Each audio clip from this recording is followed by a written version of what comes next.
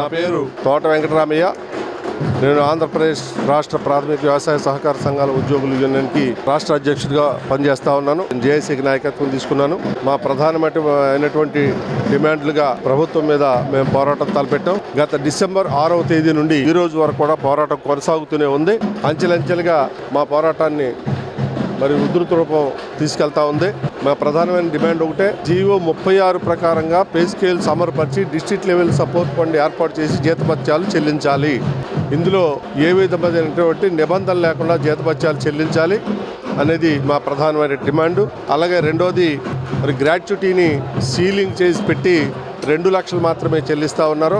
మొత్తం యావత్ భారతదేశంలో గ్రాట్యుటీ చెల్లింపుకి కార్మికుడికి ఒక చట్టం అనేది అమలు పరుస్తూ ఉంది. ఆ చట్టాన్ని ఖచ్చితంగా అమలు పరచాలని మా రెండో డిమాండ్గా మేము పెట్టడం జరిగింది. అలాగే ప్రతి 5 సంవత్సరాలకి వేతన సవరణ ఉద్యోగులకు జరగాల్సి ఉంది. వేతన సవరణ 10 సంవత్సరాలు అయిపోయిన 2019-2024 వేతన సవరణలో పెండింగ్లో ఉండి 10 సంవత్సరాల నుంచి వేతన సవరణ చర్యలు తీసుకోవడం లేదు. ఈ 2 వేతన సవరణలు కూడా వెంటనే చేయాలి. ఆలస్యమైన పక్షంలో వెంటనే ఐఆర్ ప్రకటించాలని మేము డిమాండ్ చేస్తూ ఉన్నాం. అలాగే జూటూలో ఉన్నటువంటి పద్ధతులు, అంటే ఒక కార్మికుడు పనిచేస్తే జీతభత్యాలు చెల్లించిన తర్వాత మళ్ళీ తిరిగి చెల్లించాలనేది ఏ డిపార్ట్మెంట్లో లేదు. అది మా సహకార రంగంలోనే జూటూలో పెట్టి ఉద్యోగుల నుంచి మళ్ళీ తిరిగి కట్టించుకునే విధంగా ప్రవర్తిస్తూ ఉన్నారు. వాటిని ఎట్టి పరిస్థితుల్లో రద్దు చేయాలని మేము డిమాండ్ చేస్తూ ఉన్నాం. అలాగే 2019 తర్వాత చేరినటువంటి ఉద్యోగుల్ని రెగ్యులర్ చేయాలని డిమాండ్ పెట్టాం. మాకు ఏదైతే 1/3/2019 నాడు జీవో 36 రిలీజ్ చేశారో ఆ రోజునే మనకి హెచ్ఆర్ పాలసీని ఇంప్లిమెంట్ చేస్తే ఈ రిక్రూట్మెంట్ జరిగి ఉండేవి కాదు. వాళ్ళు ప్రభుత్వం చేసిన తప్పుకి పాలక వర్గాలు వేసుకున్న వాళ్ళని బలి చేస్తూ ఉన్నారు. ఎట్టి పరిస్థితుల్లోని 2019 తర్వాత చేరినటువంటి ఉద్యోగుల్ని రెగ్యులర్ చేయాల్సిందే. అది మాకు ప్రత్యేకమైన డిమాండ్గా మేము తెలియజేశాం. అలాగే రైతులకి 6% డివిడెంటు లేదా ఇంట్రెస్ట్ వారు కట్టిన షేర్ క్యాపిటల్పై రైతులు కూడా డివిడెంట్లు చెల్లించాలి. అది రాష్ట్ర సహకార బ్యాంకు, జిల్లా సహకార బ్యాంకుకి 250 కోట్లు చెల్లించుంది.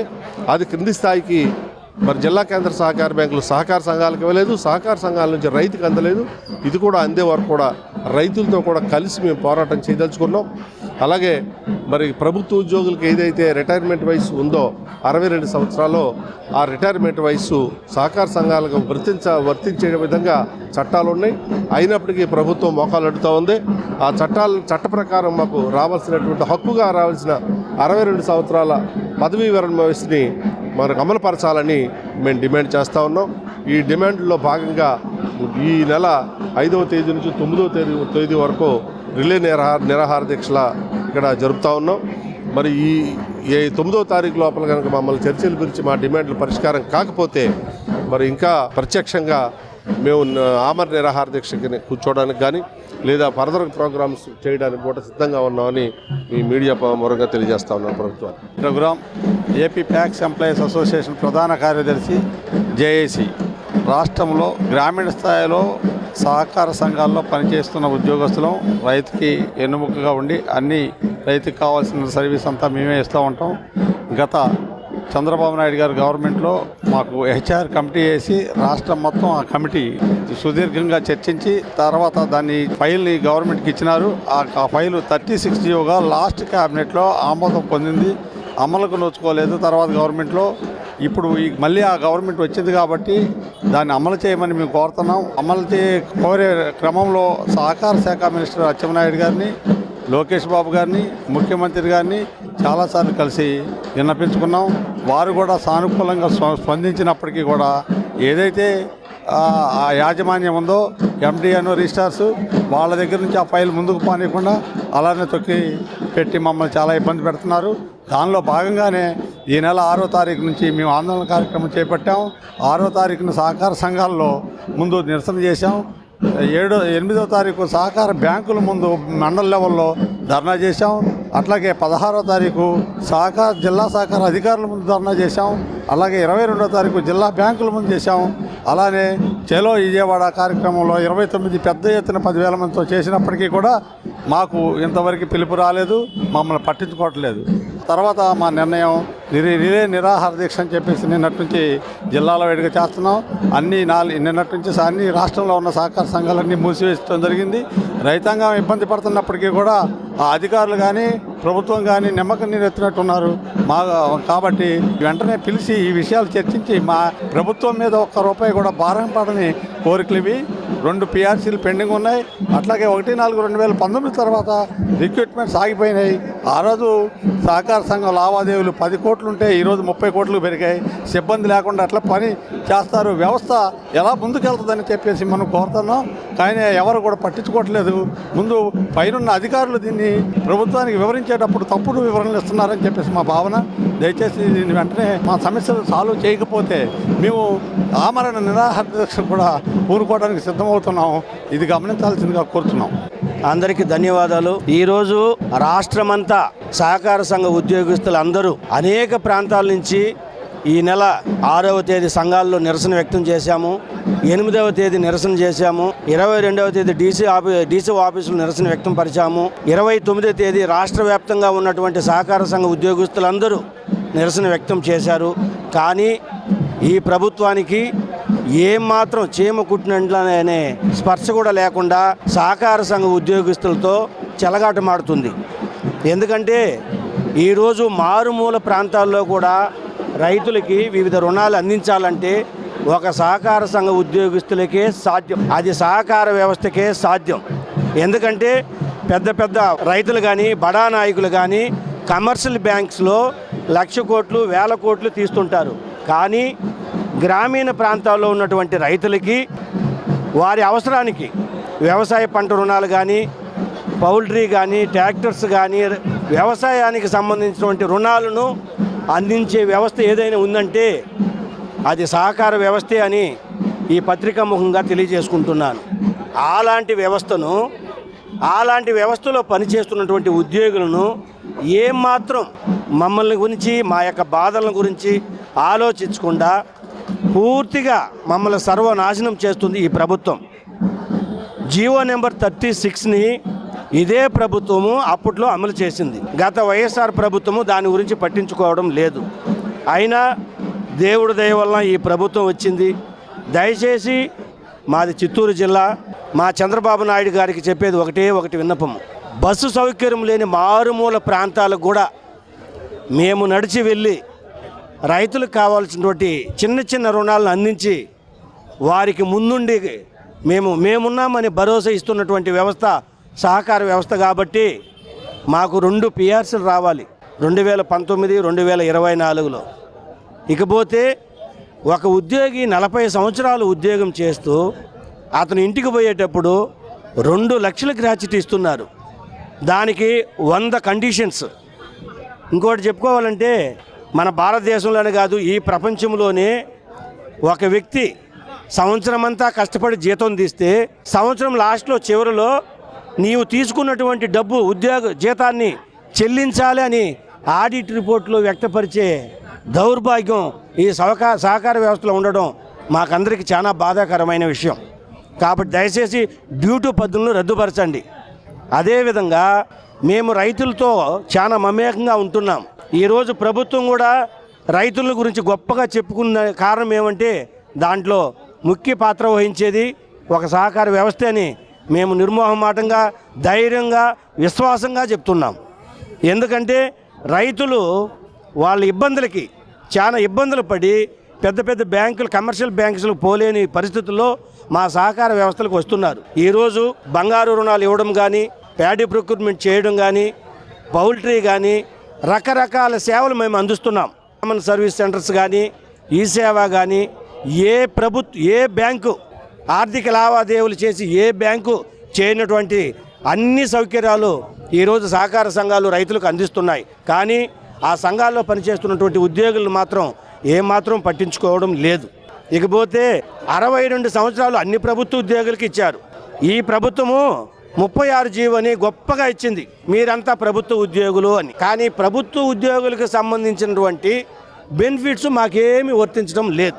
ఎవరో చెప్పినట్లుగా పెండ్లి చేశారు కానీ దానికి కావాల్సిన అన్ని సౌకర్యాలు చేయడం లేదు. కాబట్టి దయచేసి ఈ 62 సంవత్సరాలు ఏమంటే మీరు 36 జీవో తయారు చేశారో ఆ జీవోలో ఉన్నటువంటి అన్ని కండిషన్స్ మాకు వర్తించే విధంగా చేస్తే ఈ ప్రభుత్వానికి మేము రుణపడి ఉంటాము. ఇకపోతే బాబు గారికి ప్రత్యేక ధన్యవాదాలు తెలుపుకోవాలి. ఆర్సీఎస్ బాబు గారికి కంప్యూటరైజేషన్లో మాకు బొత్తిగా లేని పరిస్థితి పరిజ్ఞానం, కానీ బాబు గారి సహాయం వల్ల ఈరోజు 80% సంఘంలో పనిచేస్తున్నటువంటి ముఖ్య కార్యనిర్వహణాధికారులు ఈరోజు సిస్టమ్ దగ్గర కూర్చొని చేస్తున్నాము. మీరు కంప్యూటరైజేషన్ చేయండి, తర్వాత మేము జీతాల గురించి ఆలోచిస్తాము అంటున్నారు. కానీ కంప్యూటరైజేషన్ అయ్యింది, ఇంతవరకు సంవత్సరం కూడా దాటింది, కానీ మా సమస్యల గురించి పట్టించుకునేవని నాదుడే లేదు. కనీసము మేము 40 సంవత్సరాలు సర్వీస్ చేసి ఏమడుగుతున్నాం, మేము 10 లక్షలు గ్రాట్యుటీ ఇవ్వండి అంటున్నాం. అది మా కష్టం, మీ ప్రభుత్వానికి మీ బడ్జెట్లో సంబంధం లేకుండా ఉంది. ఆ 10 లక్షలు మేము కష్టపడి సంపాదించిన డబ్బులో 10 లక్షలు ఇవ్వండి రా బాబు అంటే ఏ బాబు మమ్మల్ని తెలుసుకోలే. కాబట్టి దయచేసి చంద్రబాబు నాయుడు గారికి మరి ఆర్సీఎస్ బాబు సార్ గారికి విన్నవించడం ఏమంటే, దయచేసి మా యొక్క కష్టాలు, మా యొక్క సమస్య ఏ విధంగా ఉందో అది ఏ పార్టీతో మీరు అధికారులు కాబట్టి మీకు అన్నీ తెలుసు. కాబట్టి దయచేసి దీన్ని నిరుత్సాహపరచకుండా ఈ గ్రాట్యుటీని కనీసం 10 లక్షలు ఇచ్చే విధంగా మాకు చేయండి. కష్టపడిన జీతాన్ని మళ్ళా డ్యూటీలో పెట్టి దాని కండిషన్స్ పెట్టి కొంతమంది సీఓలు ఉద్యోగం రిటైర్మెంట్ అయిన తర్వాత ఆ 2 లక్షలు కూడా తీసుకోకుండా కండిషన్స్కి వాళ్ళు చేయకుండా నిరుత్సాహంతో వాళ్ళు ఇంటికి వెళ్తున్నారు. కాబట్టి దయచేసి ప్రభుత్వానికి విన్నవించడం ఏమంటే, మా యొక్క చిన్న కోరికలు 2019లో కంప్యూటరైజేషన్ జరిగింది. వారు పాపం 5,000కో 6,000కో ఉద్యోగం చేశారు, 10 సంవత్సరాలు చేశారు. కంప్యూటరైజేషన్ అయిన తర్వాత ఈరోజు బాబు మీరు ఉద్యోగాలు వద్దురా మిమ్మల్ని తీసేస్తూ ఉన్నాము అంటున్నారు. వారు ఎక్కడికి పోవాలి? ఎవరో చెప్పినట్టు కాకినడక తప్పా హంసనడక తప్పా. కాబట్టి దయచేసి దీని గురించి రాష్ట్ర యూనియన్ నాయకత్వం ఎంతో దూరమైనా పోతుంది.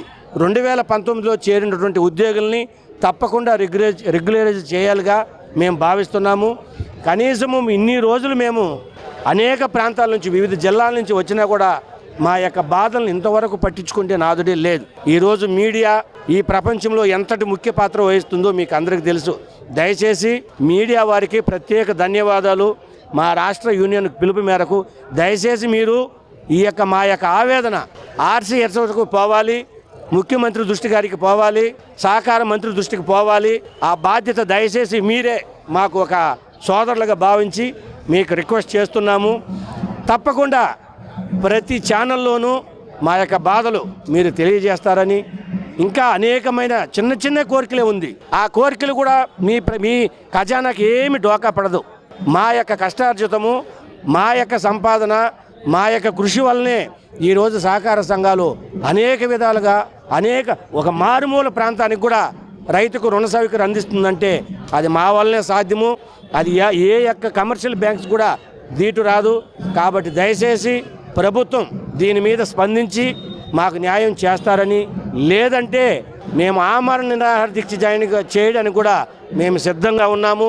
కాబట్టి దయచేసి మా యొక్క కోరికలు మీరు వెంటనే పరిష్కరిస్తారని తెలుపుకుంటూ జై హింద్. గత 40 రోజులుగా రాష్ట్రంలో ఉన్నటువంటి పిఎస్సిఎస్లో పనిచేస్తున్న 8,000 మంది ఎంప్లాయీస్ తీవ్రమైనటువంటి ఆందోళన కార్యక్రమాలు నిర్వహిస్తూ ఉన్నారు. ప్రధానమైనటువంటి కోరికల్లో జీవో నంబర్ 36 అమలు జరపాలని, రిటైర్మెంట్ వయసును 62 చేయాలని, 2019 తర్వాత చేరినటువంటి వాళ్ళందరినీ పర్మనెంట్ చేయాలని, 2019-2024 వేతన సవరణ పిఆర్సీలు అమలు జరపాలని డిమాండ్ చేస్తూ గత 40 రోజుల నుండి ఆందోళన చేస్తూ ఉన్నారు. ఇన్ని రోజుల నుండి ఆందోళన చేస్తూ ఉన్నా అధికారులందరి దగ్గరికి తీసుకుపోయి ఈ పరిస్థితిని వివరించినా ఎవరు పట్టించుకున్నటువంటి నేపథ్యంలో ఇవాళ ఇక్కడ నిరాహార దీక్షలు చేయడం జరుగుతూ ఉంది.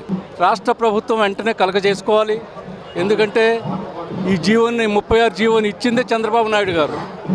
మధ్యలో వచ్చినటువంటి ప్రభుత్వం దాన్ని అమలు జరపలేదు. తిరిగి చంద్రబాబు నాయుడు గారు అధికారంలోకి వచ్చారు. ఆయన అధికారంలోకి వచ్చిన తర్వాతనైనా ఆయన ఇచ్చినటువంటి జీవోని అమలు జరపాలని చెప్పి డిమాండ్ చేస్తున్నాం. ఈ న్యాయమైన కోరికలతో పాటు గ్రాట్యుటీ అనేటువంటిది ఉంది. గ్రాట్యుటీ చట్ట ప్రకారం అయితే దాదాపు 20 లక్షలు వస్తుంది. వీళ్ళు అడుగుతున్నది కేవలం 5 లక్షలు ఇమ్మంటున్నారు. వీళ్ళు కానీ రిటైర్ అయిన తర్వాత ఎటువంటి ప్రయోజనాలు వీళ్ళకి లేవు. అందుకని గ్రాట్యుటీ మీరు ఇప్పుడు 1 లక్ష ఇస్తున్నారు, దాన్ని 5 లక్షలు చేయాలని చెప్పి చేస్తున్నటువంటి డిమాండ్ న్యాయమైంది. వాటిని అమలు జరపాలని చెప్పి డిమాండ్ చేస్తున్నాం. ఇంకొక ముఖ్యమైనది ఏమంటే ఎంప్లాయీస్ పట్ల తీవ్రమైనటువంటి అణచివేత చర్యలకు పాల్పడుతూ ఉన్నారు అధికారులు. వీళ్ళకి సంబంధించినటువంటి జీతాలని డ్యూటీల్లో పెట్టి వీళ్ళకి సంబంధించినటువంటి జీతాల్లో కట్ చేస్తామని చెప్పి బెదిరిస్తూ ఉన్నారు. ఇటువంటి బెదిరింపులు మానుకోవాలని చెప్పి కోరుతా ఉన్నాం. రాష్ట్ర ప్రభుత్వం తక్షణమే ఈ జేఏసీ నాయకత్వాన్ని చర్చలకు పిలిచి వాళ్ళు ఏవైతే కోరుతూ ఉన్నారో ఆ కోరికలు అమలు జరపాలని చెప్పి డిమాండ్ చేస్తున్నాం. వీరు చేస్తున్నటువంటి ఈ పోరాటానికి డీసీసీబీ ఎంప్లాయీస్ కానీ, అర్బన్ బ్యాంక్ ఎంప్లాయీస్ కానీ, స్టేట్ కోఆపరేటివ్ బ్యాంకులో పనిచేస్తున్న ఎంప్లాయీస్ కానీ, అలాగే ఏఐటీసీ తరఫున మేము పూర్తిగా Andhra Pradesh cooperative bank employees federation, అలాగే ఏఐటీసీ ఆందోళన చేస్తున్నటువంటి ఎంప్లాయీస్కి సంపూర్ణ సహకారాన్ని, మద్దతుని తెలియజేస్తుందని చెప్పి మీ ముందు తెలియజేస్తున్నాం.